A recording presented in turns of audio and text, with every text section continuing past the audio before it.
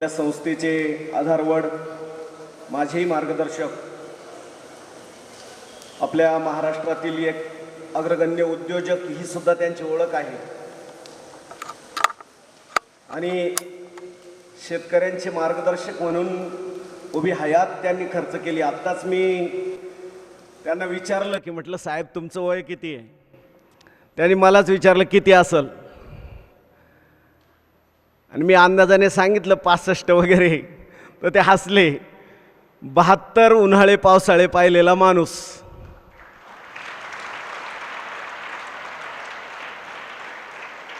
म्हणजे माणूस एका दिवसात मोठा होत नाही हे आपली संस्कृती सांगत असते। छत्रपती शिवराय सुद्धा 1645 ला शपथ घ्यायला गेले रायरेश्वराच्या शिवालयामध्ये।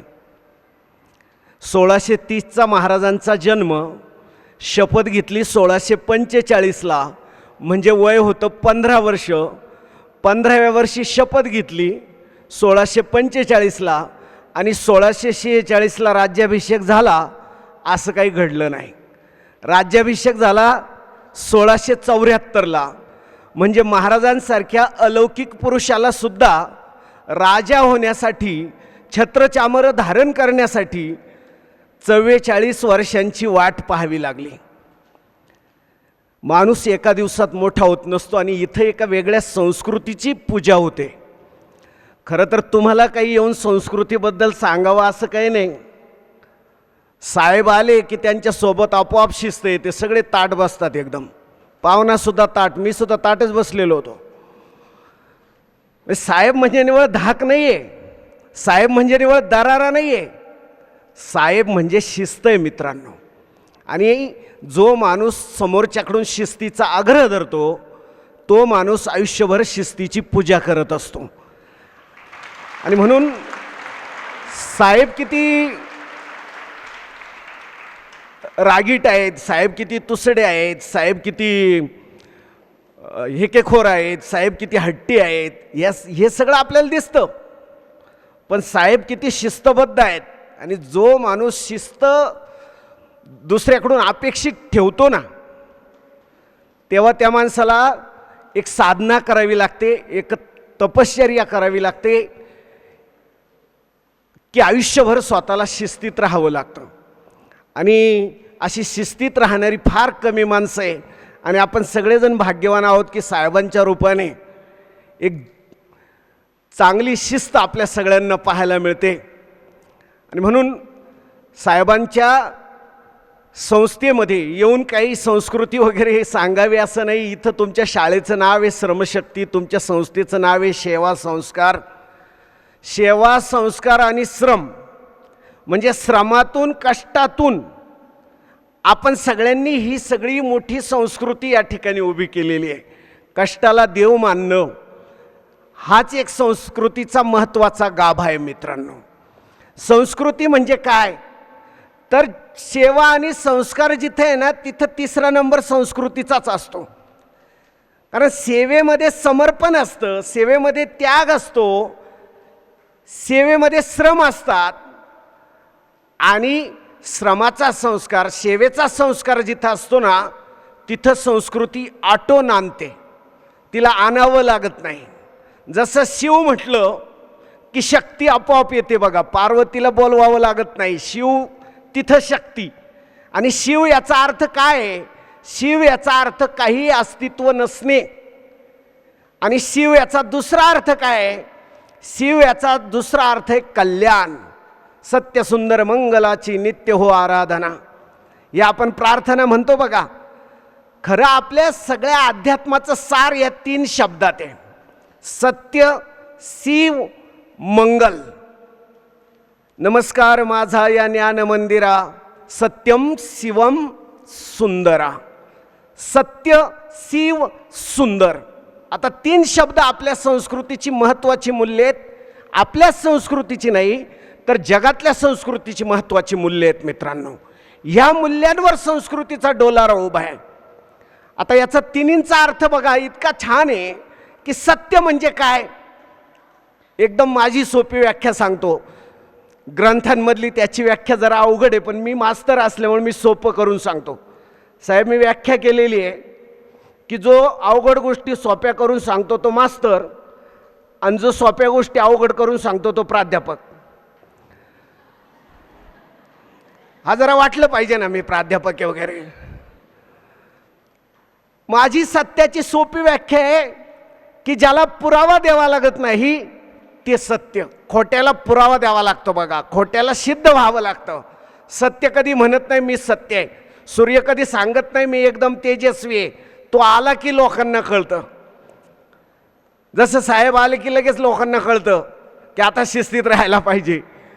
म्हणजे काही माणसांकडे असं असतं. सत्य याचा अर्थ काय आहे की ज्याला पुरावा द्यावा लागत नाही. सुंदर याचा अर्थ काय? सौंदर्य. आणि सौंदर्य हे प्रत्येकाकडे आहे. सौंदर्य मुळात हे जग फार सुंदर आहे. तुम्ही झाडाकडे कधी पाहिलं असेल, आता ॲग्रिकल्चर कॉलेजमध्येच आपण आहोत,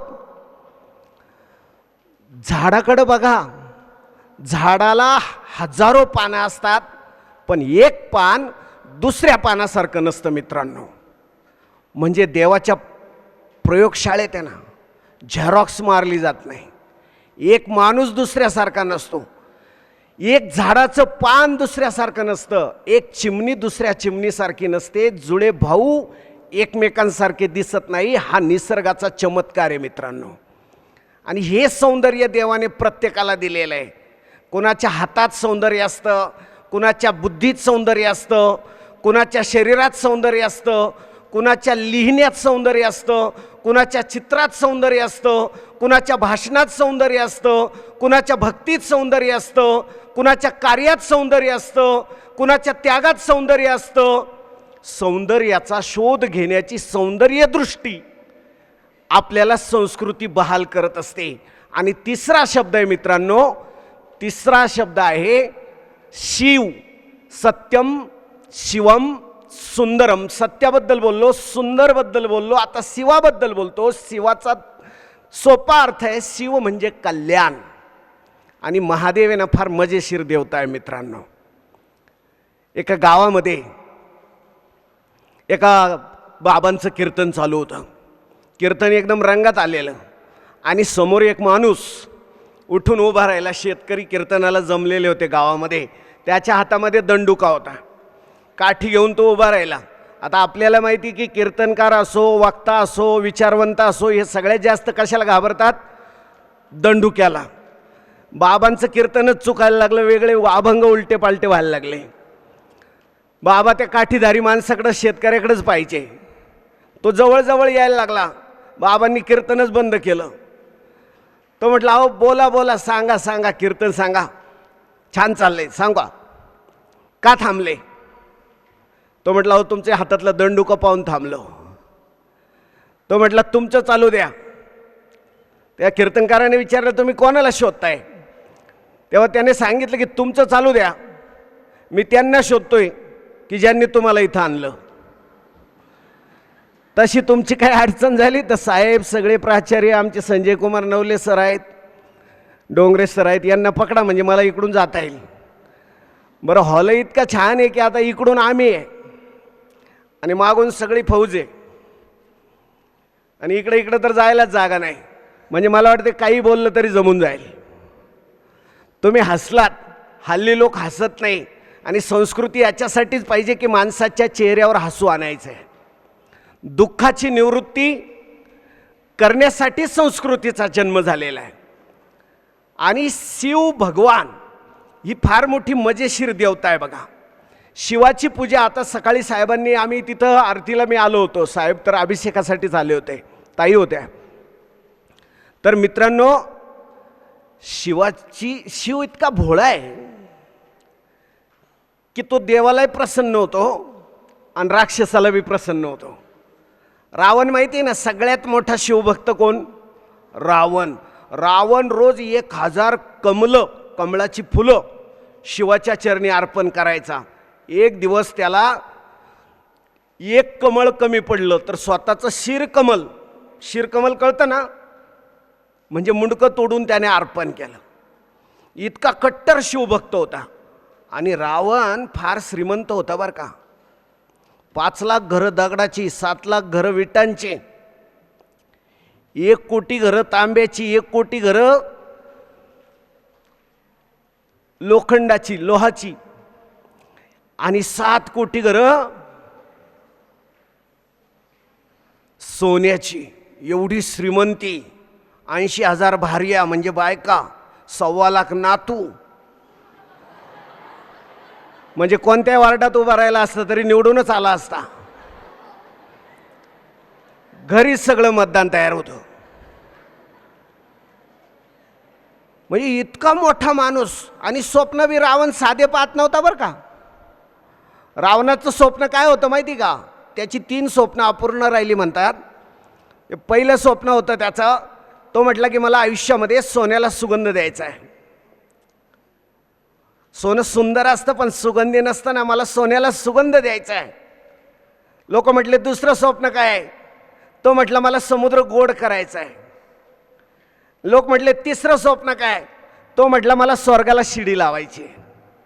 लोक डायरेक्ट गेले पाहिजे, कोणाच्या खांद्यावर नको. म्हणजे स्वप्न अशी उदात्त पाहणं.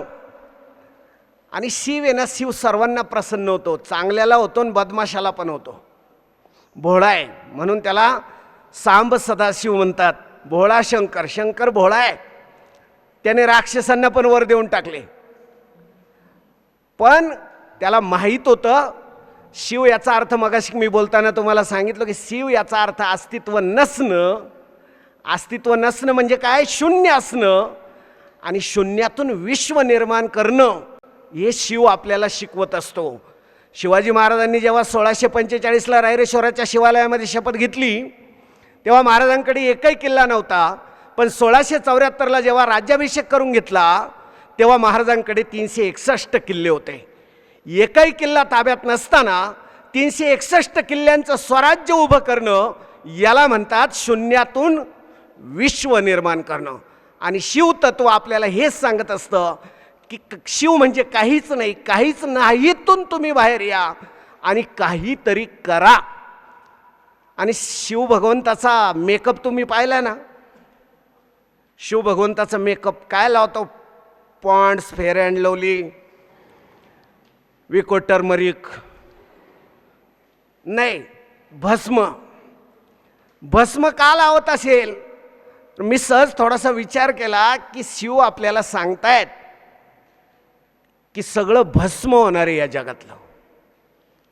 तू काही कर, मग चांगलं काय टिकतं? तत्व टिकतं. शिव तत्व, सत्य तत्व, मंगल तत्व, सुंदर तत्व. सुंदरबाई मरते पण सौंदर्य कधी मेलंय का? सौंदर्य मरत नाही बघा. म्हणजे तत्व अमर असतात. म्हणून शिव आपल्याला हे सांगतात की सगळं भस्म होणार आहे. काय टिकणार आहे? तत्व टिकणार आहे. तत्व म्हणजे काय? तत्व म्हणजे तुम्ही केलेलं काम, कार्य टिकणार आहे, तुमचे विचार टिकणार आहे, तुम्ही जाणारचे. बघा संस्था याच्यासाठीच महत्त्वाच्या असतात बरं का. कारण माणसं जातात पण संस्था आणि समाज हा चिरंतन असतो. म्हणून संस्थात्मक काम करणारी माणसं या आपल्या खूप मोठ्या पाऊलखुणा मागे ठेवून जात असतात आणि त्यांना संस्था अमर असतात. म्हणून आपल्या सगळ्यांना शिवतत्व समजून घ्यायचं आहे. तो भस्म फासतो, त्याचं वाहन माहिती ना आपल्याला? नंदी. कशावर बसतो? नंदीवर, आहे की नाही? पण तो उदार आहे बरं का. आणि त्याचा स्त्रियांकडे बघण्याचा दृष्टिकोन खूप चांगला आहे. कारण तो स्वतः नंदीवर, पण पार्वतीला वाहन काय दिलं? वाघ. म्हणजे बघा बरं का, बायकोला आपल्यापेक्षा मोठं वाहन. मुलाचा इतका लाड नाही करत. गणपतीला कोणतं वाहन? उंदीर. आणि आपला शिव काय करतो? स्वतः सायकलवर. आणि आपल्या गणपतीला कॉलेजला जायला गाडी देतो. किंवा मग स्वतः कारने फिरतो आणि आपल्या पार्वतीला अर्ध तिकीट असल्यामुळे एसटीने पाठवून देतो. म्हणजे स्त्रियांकडे बघण्याचा दृष्टिकोन सुद्धा. मग अशी कसं साहेब मला म्हटले की सर हे जे काही चाललंय याच्यावरती थोडंसं फोकस करा, बोला. तुम्ही बदलापूर नावाचं गाव ऐकलं असेल ना? मला वाटतं आता बदनामपूर नाव ठेवायची वेळ आली. एखादं गाव सुद्धा बघा काही माणसांच्या कृतीने बदनाम होतं. आणि सगळी माणसं अशी बदमाश नसतात बरं का. मुळात बदमाश लोक जगामध्ये कमी आहे. दुष्ट कमी आहे, सुष्ट जास्त आहे. दुष्ट जर जास्त असते तर जग टिकलंच नसतं. पण काय झालं माहिती आहे का, सुष्ट लोक आहे ना, सज्जन लोक आहे ना, ती एकत्र येत नाही. आणि बदमाश लोक आहे ना, ते ढाब्यावर सुद्धा एकटे जात नाहीत. त्यांची टोळी पटकन होते. आणि सज्जन कधी एकत्र येतात माहिती का? एखादा सज्जन मेला का त्याच्या अंत्यविधीला स्मशानामध्ये सज्जन एकत्र येतात. म्हणजे ते फक्त दुसऱ्या सज्जनाला वाटे लावायला येतात. आपल्या सगळ्यांना मित्रांनो या सगळ्या प्रवृत्तींच्या विरुद्ध लढायचं असेल तर संस्कृती समजून घ्यावी लागेल. संस्कृतीची एक घासून पुसून गुळगुळीत झालेली व्याख्या आपल्या सगळ्यांना माहीत असेल की एक माणूस होता, त्याच्याकडे एक भाकरी होती, त्याच्याकडची भाकरी त्याने स्वतः खाल्ली, आपण त्याला म्हणतो विकृती. त्याच्यासमोर एक भुकेला माणूस उभा होता, त्या भाकरीतली अर्धी भाकरी त्याने स्वतः खाल्ली आणि अर्धी भाकरी त्याने समोरच्या माणसाला दिली, त्याला म्हणायचं प्रकृती. आणि स्वतः उपाशी राहून आपल्या ताटातली संपूर्ण भाकरी त्याने समोरच्या भुकेलेल्या माणसाला दिली, त्याला म्हणायचं संस्कृती. संस्कृतीच्या ह्या सोप्या व्याख्येचा वापर मित्रांनो अनेक वक्त्यांनी हजारो वेळा केला आहे. तरी माणसांना संस्कृती का कळली नाही? तर माणसांना संस्कृती का कळली नाही याचं कारण आहे, संस्कृतीचा संबंध माणसाच्या कीर्तनाशी नसतो, संस्कृतीचा संबंध माणसाच्या वर्तनाशी असतो. तुमचं कीर्तन किती चांगलं असू द्या, बोलणं किती चांगलं असू द्या, म्हणजे बोलणं मुख्यमंत्र्याचं आणि वागणं कोतवालाचं असं जर आपण वागत गेलो मित्रांनो तर संस्कृतीची ना आपली कदापि भेट होऊ शकत नाही. ही व्याख्या मी आता जी सांगितली हजारो लोकांनी सांगितलेली, हजारो ठिकाणी सांगितलेली. मला काल ह्या विषयावरती चिंतन करत असताना प्रश्न पडला की इतकी छान सोपी व्याख्या असून सुद्धा लोकांना का बरं कळली नसेल? तर याचं कारण असं आहे मित्रांनो, ही व्याख्या आपण हजारो वेळा ऐकली पण एकही वेळेला स्वतःच्या जीवनामध्ये आणली नाही. तर वर्तन सुधारण्यासाठी संस्कृती असते आणि स्वतःवरून आपल्याला जग ओळखता आलं पाहिजे. आता मुलांवर संस्कार करण्याची वेळ येते, मुलांना सांगण्याची वेळ येते की तुम्ही आईबापाला सांभाळा. पण आईबापाला कधी सांगावं नाही लागलं बघा की तुम्ही मुलांना सांभाळा, मुलांवरती प्रेम करा. म्हणजे काही गोष्टी बघा निसर्गाने इतक्या अद्भुत आणि नैसर्गिक आणि स्वाभाविक निर्माण केलेल्या आहेत की त्याच्यामध्ये आपल्याला बदल करावा लागत नाही. आपल्या भारतीय संस्कृतीबद्दल साने गुरुजी म्हणतात की आपल्या भारतीय संस्कृतीचा पाया काय आहे? आपल्या भारतीय संस्कृतीचा पाया आहे अद्वैत. अद्वैत याचा अर्थ काय माहिती का? द्वैत नसणं. द्वैत म्हणजे काय? दोन गोष्टी नसणं, भेद नसणं, त्याला म्हणतात अद्वैत. म्हणजे मी वेगळा आणि साहेब वेगळे नाही,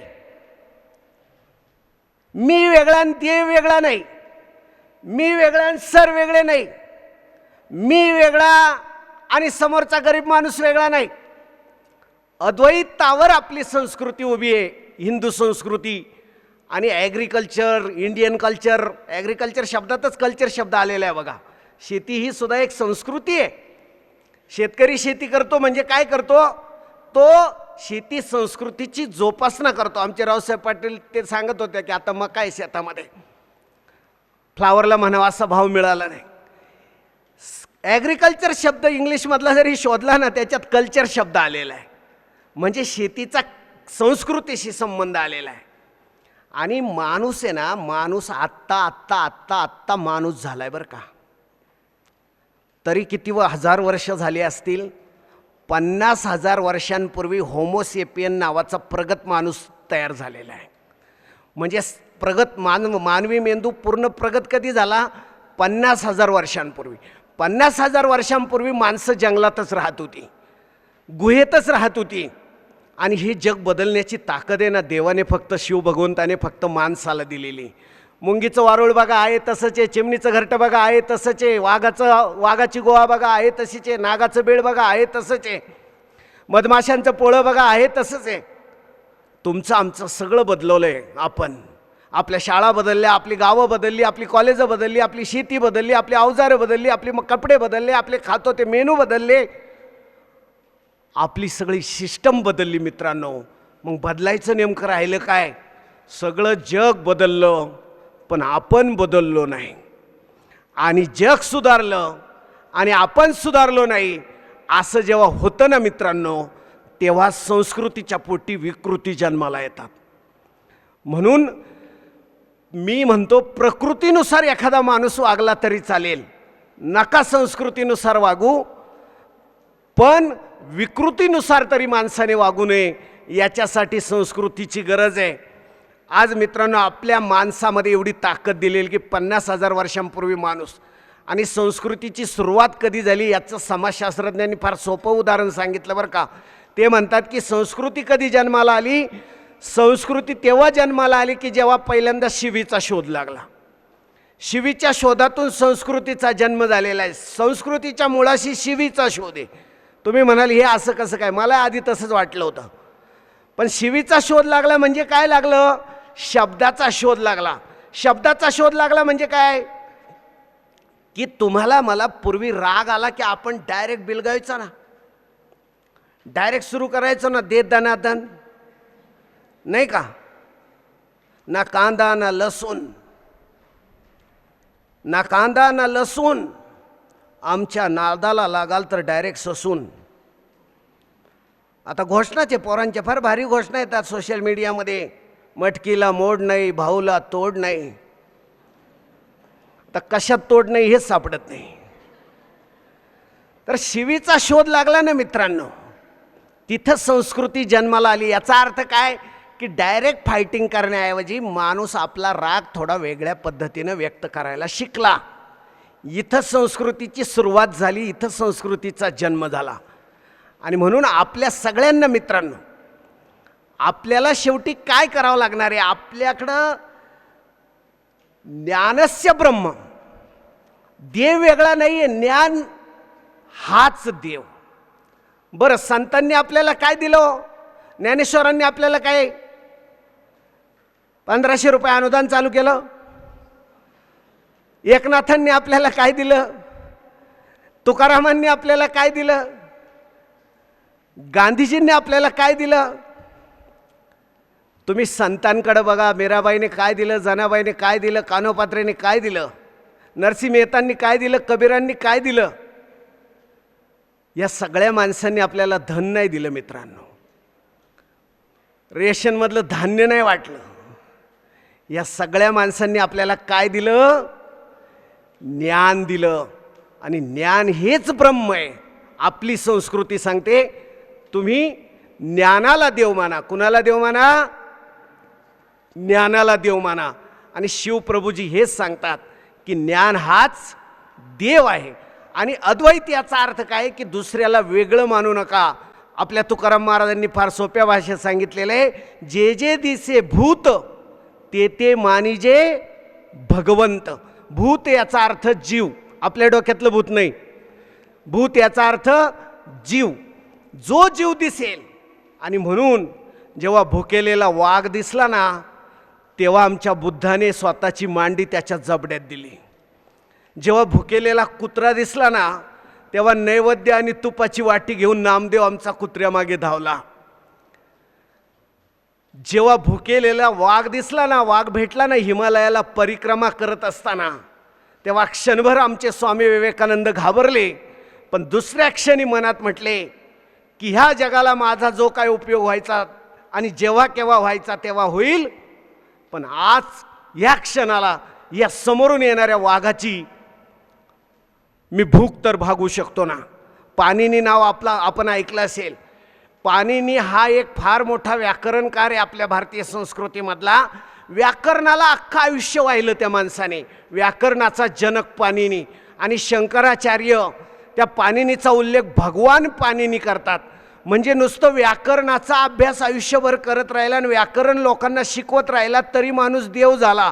कारण शंकराचार्यच त्या पाणिनीचा उल्लेख भगवान पाणिनी असा करतात मित्रांनो. आणि त्या पाणिनीची गोष्ट सांगतो तुम्हाला. पाणिनीची गोष्ट अशी की पाणिनी जंगलामध्ये फिरत होता, शिष्य बरोबर होते, शिष्यांना व्याकरणशास्त्र शिकवत शिकवत चाललेला होता. आणि समोरून नेमका एक वाघ आला. आणि समोरून वाघ आल्यानंतर पाणिनीने पाहिलं पण त्याचं लक्षच नव्हतं. वाघाला पाहिल्याबरोबर पाणिनीच्या डोक्यात कोणता विचार आला माहिती का? पाणिनीच्या डोक्यामध्ये विचार आला की वाघ शब्दाची उत्पत्ती कशी झाली असेल. म्हणजे त्याच्या डोक्यातलं व्याकरण, त्याच्या डोक्यातलं व्याकरणशास्त्र काही कमी होत नव्हतं. शिष्य म्हटले, गुरुदेव पळा पळा. सगळे शिष्य पळून गेले वाघाला पाहून. आणि वाघ असा हुंगत हुंगत येत होता. पाणिनीने लगेच उत्पत्ती सांगितली की हुंगत हुंगत येतो तो वाघ, वाघ शब्दाची उत्पत्ती. आता वाघाला काय कळतंय व्याकरण. वाघ जवळ आला आणि वाघाने पाणिनीला खाऊन फस्त केलं मित्रांनो. पण वाघाने खाल्लं तरी तो वाघाला व्याकरण शिकवत होता. याला म्हणतात ज्ञानाची पूजा बांधणं. कारण डोक्यामध्ये व्याकरणाशिवाय काहीच नव्हतं. आणि संन्यास याचा अर्थ दुसरा हाच आहे मित्रांनो. संन्यास घेणं म्हणजे काय? संन्यास घेणं म्हणजे लंगोटी लावणं, अंगाला भस्म फासणं, गळ्यामध्ये रुद्राक्षाच्या माळा घालणं, कपाळावरती टिळे लावणं आणि कुठल्या तरी गुहेमध्ये जटा वाढवून दाढी वाढवून बसून राहणं, याला संन्यास म्हणत नाही मित्रांनो. संन्यासाची आपल्या संस्कृतीमध्ये आलेली व्याख्या खूप छान आहे. संन्यास याचा अर्थ असा आहे की राष्ट्राच्या कल्याणासाठी एखादं कार्य हातात घेणं आणि ते कार्य आयुष्यभर करत राहणं, याचं नाव आहे संन्यास मित्रांनो. मग एखादा उद्योजक टाटांसारखा, आपल्या नवले साहेबांसारखा, तो सुद्धा संन्यासीच म्हणायला पाहिजे की आपला उद्योग प्रामाणिकपणे अनेक वर्ष तो माणूस करतो. एखादा शिक्षक आपल्या विद्यार्थ्यांना आयुष्यभर घडवत राहतो. एखादा गाव पुढारी आपल्या गावासाठी स्वतःला गाडून घेतो, त्या गावाला देव मानून त्या गावाची सेवा करतो. ही सगळी माणसं संन्याशाहून वेगळी नसतात. आणि उलटेन तुम्हाला सांगतो, हे जटा वाढवणारे हटयोगी काय गळ्यामध्ये काहीतरी वेगळे वेगळे आसनं करून स्वतःच्या गळ्यात स्वतःचे पाय अडकून घेण्यापेक्षा माणसाच्या जीवनातल्या समस्या सोडवणं ही सगळ्यात मोठी संस्कृती मित्रांनो. आणि ही कष्टाची संस्कृती, ही ज्ञानाची संस्कृती तुमच्या ह्या संकुलामध्ये उभी राहते. आणि ह्या सगळ्याचे तुम्ही काहीतरी भागीदार आहात, ह्या सगळ्याचे तुम्ही काहीतरी लाभार्थी आहात, याचा सुद्धा आनंद आणि अभिमान आणि स्वाभिमान मला वाटला पाहिजे. मी इतका गंभीर कधी बोलत नाही मित्रांनो, पण विषय असा आहे की खूपच गंभीर आहे.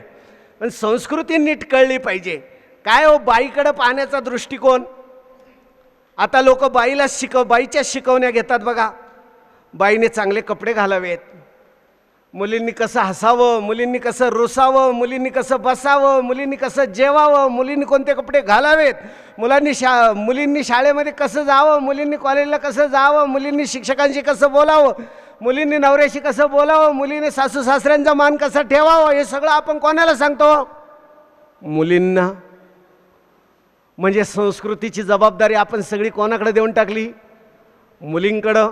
म्हणजे त्याच्यामुळं पुरुष माणसं, मुलं, बापे माणसं मोकळे झाले का नाही? कसंही वागा. आणि बाईने खूप छान कपडे घातले.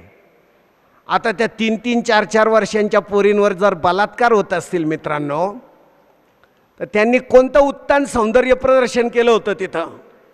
ह्या देशामध्ये 3 वर्षाच्या मुलीपासून तर 80 वर्षाच्या म्हातारीपर्यंत बलात्कार होत आहेत. कुठली संस्कृती आपण शिकतोय मित्रांनो? आणि मुलींना सांगतो, कुणी तुमचं रक्षण करायला येणार नाही. आणि ज्या दिवशी पुरुषांच्या संरक्षणापासून तुम्ही मुक्त कराल ना स्वतःला, त्या दिवशी तुमची वेगळी संस्कृती उभी राहील. भीतीची संस्कृती नको, आता धाडसाची संस्कृती उभी केली पाहिजे मुलींनी. आणि मुलगी जेव्हा पुरुषापासून मुक्त होईल ना, बाई जेव्हा पुरुषापासून मुक्त होईल ना, तेव्हाच तिच्यावरचे अन्याय थांबणार आहेत मित्रांनो. म्हणून स्वतःवरचे अन्याय दूर करण्यासाठी दुसरं कोणीतरी येईल याची वाट पाहत बसू नका माझ्या बहिणींनो. कुणी येणार नाही तुम्हाला वाचवायला. आणि तुम्ही किंवा पुरुष जरी असला तरी त्यांना अशी अपेक्षा ठेवणं हे चूक आहे मित्रांनो. माझ्यासाठी मी लढलं पाहिजे. सैनिक बघा, एकदा आम्ही काश्मीरला गेलेलो असताना बॉर्डरवरती सैनिक भेटले नवले साहेब, आणि आमच्याबरोबर एक छोटा मुलगा होता आमच्या कुटुंबातला. आणि तो मुलगा, छोटा मुलगा, त्याला ते बंदूक पाहून खूप भारी वाटलं. तो छोटा मुलगा त्या सैनिकाकडे गेला, म्हटला काका काका तुमची बंदूक माझ्या खांद्याला अडकवा ना. त्याने अडकवली. छान दिसतंय, फोटो वगैरे काढला. तो म्हटला आता माझ्या खांद्यावर ठेवा ना. त्या सैनिकाला सुद्धा भारी वाटलं, त्याने खांद्यावर ठेवली. आता तो छोटा मुलगा आमच्या परिवारातल्या त्या सैनिकाला म्हटला काका काका आता तुम्ही गोळी सोडा ना. तेव्हा सैनिकाने दिलेलं उत्तर खूप छान होतं, माझ्या काळजावर कोरलं गेलं. तो सैनिक म्हटला भाऊ मी सैनिक आहे, आम्ही दुसऱ्याच्या खांद्यावर बंदूक ठेवून लढत नाही. आणि पोरींनो, वेगळ्या सोप्या भाषेत तुम्हाला मी हेच सांगितलं की तुम्ही कुणाच्या तरी खांद्यावर बंदूक ठेवून लढायचा प्रयत्न करू नका. आता ती बंदूक उचला आणि स्वतःच्या खांद्याला लावा. काय असतं बाई, बाई म्हणजे काय असतं? मेघना पेठेंचं आंधळ्याच्या गाई नावाचं पुस्तक सगळ्या पोरींनी वाचा. मेघना पेठेंचं आंधळ्याच्या गाई नावाचं पुस्तक सगळ्या पोरींनी वाचा. तुम्हाला कळेल बाई काय असतं. बाईची सोपी व्याख्या त्यांनी सांगितलेली आहे. त्या म्हणतात, दोनच ओळी सांगतो तुम्हाला कळून जाईल. त्या म्हणतात सारखं बाई बाई करायचं कारण नाही, सारखं बाई बाई करायचं कारण नाही, गुणसूत्रांचा अपघात असतो तो. सायन्समध्ये आपण एक्स एक्स स्त्रीकडे असणारी गुणसूत्र, एक्स वाय पुरुषाकडे असणारी गुणसूत्र शिकलो ना. एक्स एक्स ही दोन गुणसूत्र एकत्र आले की मुलीचा जन्म होतो, आणि x Y x x Y अशी गुणसूत्र एकत्र आली की मुलाचा जन्म होतो. वेगळं काय असं? पण आम्ही संस्कृती बाईच्या पदरामध्ये अडकून टाकली. बाईच्या वागण्यात, बाईच्या जगण्यात आम्ही संस्कृती शोधतो. आम्हाला मूर्तीतला देव कळतोय पण माणसातला देव कळत नाही. आणि आमची संस्कृती सांगते की मूर्तीतला देव एक वेळेस नाही पाहिला तरी चालेल, पण तुम्ही माणसातला देव पहा. देवाची एक वेळेस पूजा नाही केली तरी चालेल. गाडगे बाबा हा देव न मानणारा संत आहे, पण आज आपण त्यांना देव मानतोय. आणि फार जुना काळ नाही बरं का, 1500 वर्षांपूर्वीचा, अगदी 50-55 वर्षांपूर्वी बाबा होते. आणि बाबांनी देवाची आणि धर्माची किती सोपी व्याख्या सांगितली. बाबा म्हटले की भुकेलेले अन्न द्या, ताणलेले पाणी द्या, दुःखिताले आधार द्या, आजाराले औषध द्या, बेघराले घर द्या, गरिबाले शिक्षण द्या, निराधाराले आधार द्या, दुःखिताले आसरा द्या, भुकेलेले अन्न द्या. याच्यापेक्षा काय होता? याच्याहून काय सोपं करून सांगायला पाहिजे? बाबा शेवटी म्हणायचे हे सगळं सांगून, उघड्या नागड्याले वस्त्र द्या, आजाराले औषध द्या, भुकेल्याले अन्न द्या, ताणलेल्याले पाणी द्या. ह्योच आहे खरा देव आणि ह्योच आहे खरा रोकडा धर्म. बाबा आपल्या कीर्तनामध्ये सांगायचे कबीरांचा दोहा. कबीरांनी 460 वर्षांपूर्वी सांगितलेलं आहे, जत्रा में फतरा बिठाया तीरथ बनाया पानी, जत्रा में फतरा बिठाया तीरथ बनाया पानी, दुनिया भय दीवानी है पैसे की दुल्धानी. जत्रेमध्ये काय असतं हो? जत्रेमध्ये कबीर सांगतात जत्रा में फतरा बिठाया तीरथ बनाया पाणी, 460 वर्षांपूर्वी. आणि 360 वर्षांपूर्वी तेच आमचे तुकाराम महाराज सांगतात, तीर्थाशी जाऊन तो काय केले, चर्म प्राक्षळीले वरी वरी. तीर्थाशी जाऊन तो काय केले, तो म्हणजे तू काय केले, चर्म प्राक्षळीले म्हणजे चर्म म्हणजे कातडं धुतलं. कातडं धुतलं पण आतलं आतडं धुवायचं राहिलं मित्रांनो. आणि खरी संस्कृती आतडं धुवायला सांगत असते. तीर्थाला जाणं म्हणजे सुसंस्कृत असणं नाही. सभ्यता वेगळी आहे, संस्कृती वेगळी आहे, धर्म वेगळा आहे, संस्कृती वेगळी आहे. सभ्य म्हणजे काय? आता मी छान कपडे घालून आलो, इथं मला माहिती इथं बनियनवर अंडरवेअर येऊन चालेल का? हां बरं, माणसं सोडा, कुत्रेच मागं लागले असते तिकडं. हे सभ्यता आहे. सभ्यता माणूस दुसऱ्यासाठी जोपासतो. समाजात गेलं की चांगलं बोलतो, घरी गेलं की बायकोला शिव्या हसडतो. म्हणजे इकडं गावात एकदम पारावर बसून मिटिंगा घेणारा पुढारी एकदम सभ्य असतो आणि घरी बायकोला मारणारा त्याला काय सभ्य म्हणायचं? सभ्यता अशी चेंज होते, संस्कृती अशी बदलत नाही. संस्कृतीत काही घडामोडी घडतात पण संस्कृती चिरंतन असते मित्रांनो. आणि म्हणून संस्कृतीच कळे ना. आता काय झालंय, आम्ही लोक बोलणारे लोक सुद्धा काय करतो, विनोद सांगतो. कारण लोकांना कसं आहे, फार गंभीर नको असं. आता टिकटॉकमधून विनोदच आहे, शॉर्ट्समधून विनोदच आहे. ते बी जास्त त्रास नाही झाला पाहिजे पाहणाऱ्याला. 15 सेकंदात कार्यक्रम आवरून घ्यायचा, कारण समोरच्याचं कॉन्सन्ट्रेशनच आता 15 सेकंदाच्या पुढे टिकत नाही. काय माणसं ज्ञान मिळवणारे, काय माणसं संस्कृती जोपासणारे, कधी कधी प्रश्न पडतो मित्रांनो. या सगळ्यातून आपल्याला आज एंटरटेनमेंट, टिकटॉकचे व्हिडिओ घ्या, तुमचे शॉर्टचे घ्या, यूट्यूबचे घ्या, तुम्हाला सगळं एंटरटेनमेंट लागते आता समाजाला. मोठ्या माणसांना सुद्धा चांगलं काही आता ऐकायला माणसं तयार नाही आहे. पण आता इथून पुढच्या काळामध्ये स्वतःचं कॉन्सन्ट्रेशन वाढवणं, स्वतःला समजून घेणं. मोबाईल स्वतःला चार्ज करून घेतो पण माणूस स्वतःला चार्ज करून घेत नाही. बघा ना, मोबाईल स्वतःला चार्ज करून घेतो की नाही? बरं, आता माणसं स्वर्गात जरी नेले ना तरी देवाला प्रश्न विचारतात, बारीक पिनचा चार्जर आहे का? मग त्यांना स्वर्गापेक्षा त्या बारीक पिनच्या चार्जरची चिंता पडलेली आहे. मोबाईलनं काय केलं आहे? मोबाईलनं अनेक गलिच्छ गोष्टी तुमच्या आमच्या खिशात आणून ठेवल्यात, जशा चांगल्या तशा गलिच्छ गोष्टीसुद्धा. आणि मोबाईलवर आहे ना जास्तीत जास्त गलिच्छ गोष्टी मोठी माणसं पाहतात बरं का.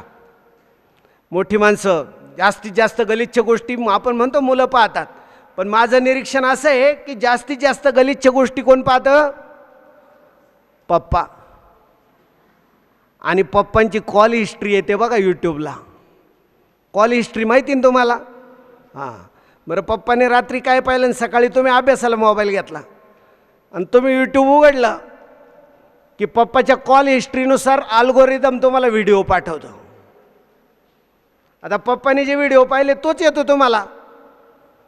आता तुम्हाला वाटतं पप्पानेच पाहिलेलं तर आपण का नको पाहायला?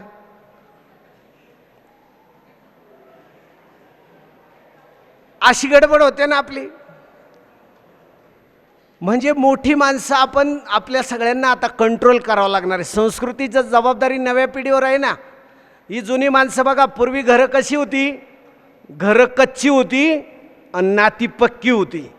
ही संस्कृतीची बांधणी आहे. आता घरं पक्की आहे आणि नाती कच्ची झालीत मित्रांनो. म्हणून आपली संस्कृती तिच्या मुळाशी आपल्याला जावं लागणार आहे. आपल्याला दगडातला देव दिसतो, माणसातला दिसत नाही. आणि संसार मिथ्य नाही बरं का. संसार करणं ही सुद्धा संस्कृती जोपासण्याची गोष्ट आहे. पुरुषांनी स्त्रियांना संधी देणं, स्पृश्यांनी अस्पृश्यांना संधी देणं, सावकारांनी कुळांना समजून घेणं, ज्ञानवंतांनी अज्ञानी जनांना समजून घेणं, श्रीमंतांनी गरिबांना समजून घेणं, ही संस्कृतीची व्याख्या आहे मित्रांनो. तुम्हाला सुसंस्कृत जगायचं आहे. आज मितीला आपण सगळेजण डिजिटल युगामध्ये वावरतोय. आता डिजिटल जगे, पण माशेलकरांचं एक वाक्य खूप छान आहे, रघुनाथ माशेलकर. ते म्हणतात की संगणक माणसासारखा वागायला लागला यात काही नवल नाही, पण खरा धोका आहे की माणूस संगणकासारखा वागायला लागला. आज कॉम्प्युटर, आता यंत्रमानव तयार होत आहे, झालेत. पण आपल्या इथं चाकणला हनुमान नावाचा यंत्रमानव तयार झाला आहे. सोफिया नावाची यंत्रमानव आहे, तिला तर नागरिकत्व दिलं सौदी अरेबियाने. सॅम नावाचा ऑस्ट्रेलियामध्ये तयार झालेला यंत्रमानव आहे, तो निवडणुकीला उभा राहिला होता. आज तुम्हाला सांगतो, माणसं रोबोट आपल्या इतका शहाणा होतोय. आणखी 50 वर्षामध्ये आपल्या मेंदूची जी कार्य आहेत ती सगळी कार्य रोबोट करणारे. म्हणजे विज्ञान तंत्रज्ञान इतक्या मोठ्या स्वरूपामध्ये पुढे येत असताना मित्रांनो, रोबोट आपल्या मदतीला यावं, पण रोबोटने आपल्याला गुलाम करू नये. आपला रोबोट होऊ नये, मानवाचा महामानव व्हावा, मानवाचा यंत्रमानव होऊ नये, याच्यासाठी संस्कृतीची गरज आहे. आणि म्हणून संस्कृती समजून घेत असताना संस्कृती सोडली ना मित्रांनो की बिनबेंबीची माणसं तयार होतात. तुम्ही म्हणाल बिनबेंबीचा माणूस म्हणजे काय? वाक्प्रचार आहे मराठीमधला. बिनबेंबीचा माणूस याचा अर्थ काय? बेंबी म्हणजे काय माहिती का? बेंबी म्हणजे नाळ, बेंबी म्हणजे आईशी जोडणं, बेंबी म्हणजे कुटुंबाशी जोडणं, बेंबी म्हणजे गावाशी जोडणं, बेंबी म्हणजे राज्याशी जोडणं, बेंबी म्हणजे राष्ट्राशी जोडणं, आणि बेंबी म्हणजे विश्वाशी जोडणं, आणि बेंबी म्हणजे एका माणसाने दुसऱ्या माणसाशी जोडणं. ही नाळ तुटते ना तेव्हा बिनबेंबीची माणसं तयार होतात.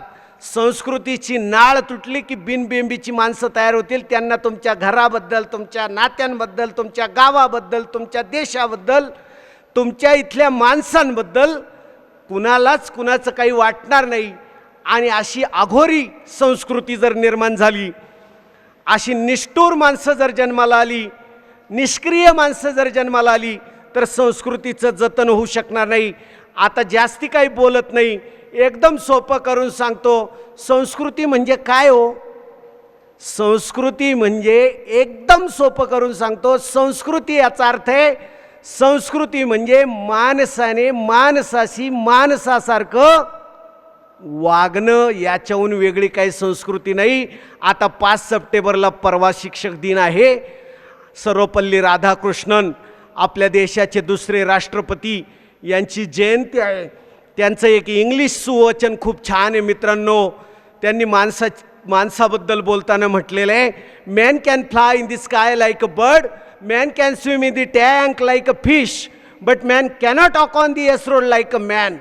माणूस पक्षाप्रमाणे आकाशामध्ये आसमान भरारी घेऊ शकतो, माणूस माशाप्रमाणे तळ्यामध्ये पोहू शकतो, पण माणूस माणसासारखा वागत नाही. ही ह्या जगाची शोकांतिका आहे. आणि खऱ्या अर्थानं जनावरच होतो आपण. 50,000 वर्षांपूर्वी जनावरच होतो आपण, श्वापदच होतो आपण, रानातच राहत होतो आपण, रानटीच होतो आपण. पण आपल्या सगळ्यांना या प्रगत जगामध्ये आणण्यासाठी संस्कृतीने फार मोठा हातभार लावलेला आहे. आणि म्हणून धर्म, देव, देश आणि संस्कृती हे 4 स्तंभ आहेत माणसाच्या जगण्याचे. आपल्याला देव कळला पाहिजे, आपल्याला देश कळला पाहिजे, आपल्याला धर्म कळला पाहिजे, आणि आपल्याला संस्कृती कळली पाहिजे. हे 4 मूलभूत आधारस्तंभ आहेत आपल्या मानवी जीवनाचे. आणि हे कळून घेणं, याच्यासाठी आपल्या सगळ्यांना पुन्हा एकदा थोडंसं मागे जावं लागेल. सिंह कसा बघा 10 पावलं पुढे गेलं की मागं वळून पाहतो, म्हणून त्याला सिंहावलोकन शब्द आलेला आहे. सिंह इतका मोठा जंगलचा राजा, तो सुद्धा मागे वळून पाहतो. पण आम्ही लोक कधी मागे वळून पाहत नाही, स्वतःचं आत्मचिंतन करत नाही. हे जग आहे ना, तुम्हाला सांगू का, जगामध्ये पैशाची कमतरता नाही. जगाचा GDP आहे 80 ट्रिलियन. 1 ट्रिलियन म्हणजे 1000 अब्ज रुपये. जगामध्ये पैशाची कमतरता नाही, जगाचा GDP आहे 80 ट्रिलियन. जगामध्ये ज्ञानाची कमी नाही, 50 लाख लॅपटॉप भरतील एवढी माहिती जगामध्ये उपलब्ध आहे. जगामध्ये स्पीडची कमी नाही आहे. रशिया नावाच्या देशानं स्वीडी नावाचं विमान बनवलेलं, 1 तासामध्ये 1.5 लाख किलोमीटर जातं. मला ते वाचल्यावर प्रश्न पडला की वैमानिक तरी जिवंत राहील का त्या अशा स्पीडला? म्हणजे जगामध्ये स्पीडची कमी नाही, जगामध्ये पैशाची कमी नाही, जगामध्ये माहितीची कमी नाही. मग जगामध्ये कमी काय? जगामध्ये कमी आहे ना, मला वाटतं आता संस्कार, शिस्त, संस्कृती आणि ज्ञान याचीच कमतरता आहे.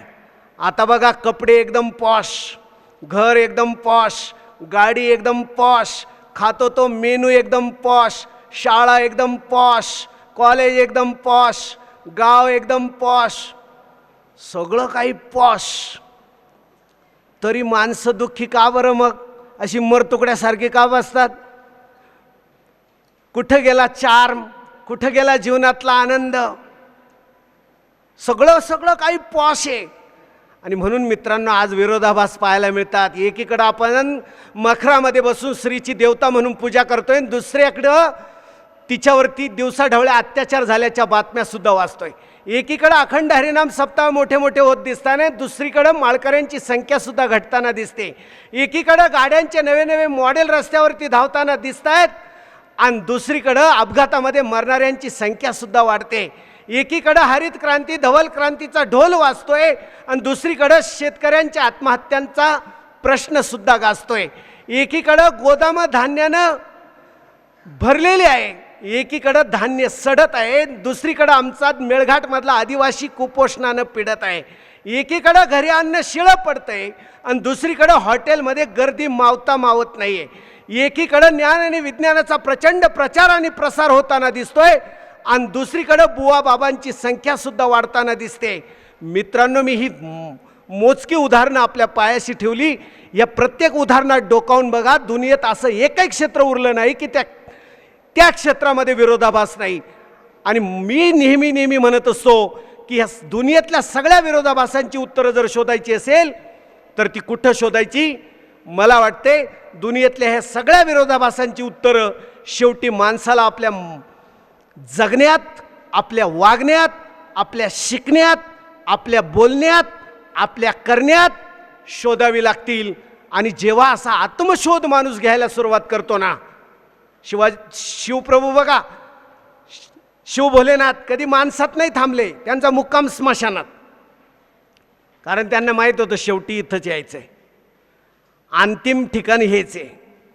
आणि एकटे राहायचे बरं का. आपल्याला एकटं नाही आवडत, आपल्याला मित्र लागतात. बरं, नाही कोणी नसलं ना मित्र तर निदान मोबाईल तरी सोबत लागतो. तसं एकटं राहवत नाही. पण स्वतः एकटं बसणं, एकांत शब्दाची फोड संस्कृतीने फार छान केलेली. एकांत याचा अर्थ एकाचाही अंत. एकाचा अंत होतो म्हणजे स्वतः माणूस उरत नाही आणि परतत्वाशी आपला संपर्क येतो.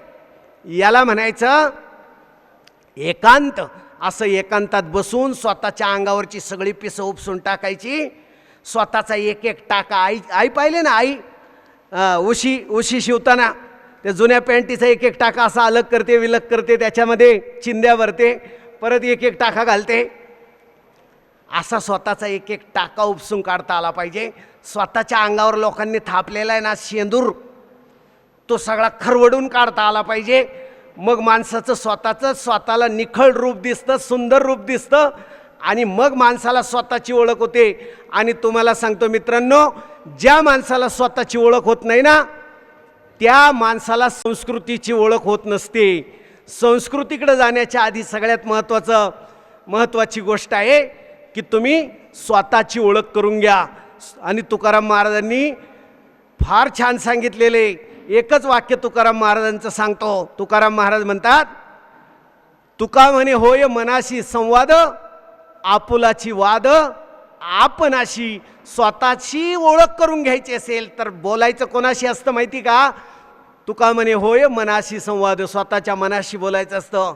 आणि वाद कोणाशी घालायचं असतं माहिती का? आपुलाची वाद आपणाशी.